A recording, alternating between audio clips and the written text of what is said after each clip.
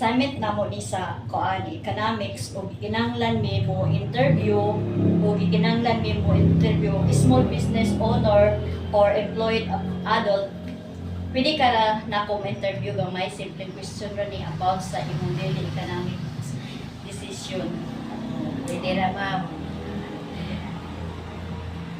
Una ma'am, unsa imong trabaho o unsa nga klase nga negosyo imong gi-manage? Nagtukod ko ginagmay nga ginagmay nga tindahan o sa among lugar o baligya sudan o snack.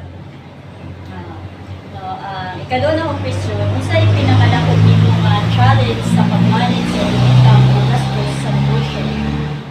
Lisod kong musaka ang gamay ra og tubo.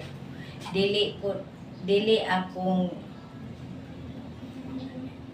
Dili, budget okay. kada adlaw. Unsa nimo pag-decide, katulong nga nga question ma'am, unsa nimo pag-decide unsang produkto imong paliton o ibaligya?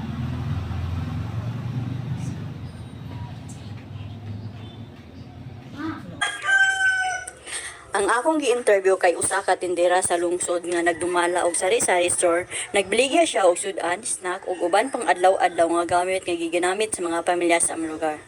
Mga kalisod sa negosyo, sumala siyang gingon ang labing lisod nga bahin sa pagdumala sa negosyo mao ang pagmonitor sa kita o gasto. Dili parehas ang kantidad sa mamalit matag adlaw ug lisod usab kung musaka ang presyo sa mga produkto. Dili pud siya basta-basta makahimo og tugma nga budget kay nagkaiba ang sitwasyon matag adlaw. Pagdesisyon sa pagpalit o pagbiligya, giunsa niya pagpili ang mga produkto nga gibaligya, nagpili siya og mga butang nga kasagaran gipangita sa mga suki. Dili siya mopalit og daghan kay baka mamatay ang puhunan. Gitan-aw niya usab ang presyo sa ubang tindera aron makahataw og mas maayo nga presyo sa iyang mga mamalit. Pagtrato sa inflation o kulang nakita. Kung musaka ang presyo, dili siya dayon musaka sa iyang baligya kay baka mawala ang suki. Sa baylo, naglibot siya aron makapalit og mas barato nga produkto ug nagbawas kamay nga motubo. Kung kulang ang kita, i-prioritize niya ang mga panginahanglanon sama sa bugas o kanon o gamit sa balay. Pagpili tali sa needs ug wants. Kanunay niya gipili ang mga panginahanglanon una. Kung naapay surba nga kwarta, doon ra siya makapalit og mga butang nga gasto lang. Dili siya mo gasto basta-basta aron dili mo ubos ang kwarta sa mga kinahanglanon. Tambag sa mga batanon. Ang iyang tambag sa mga batanon ayaw pagdali-dali sa pagdagan og negosyo. Magtipid og puhunan una, patagad sa pagdumala sa kwarta ug kanunay paglaom.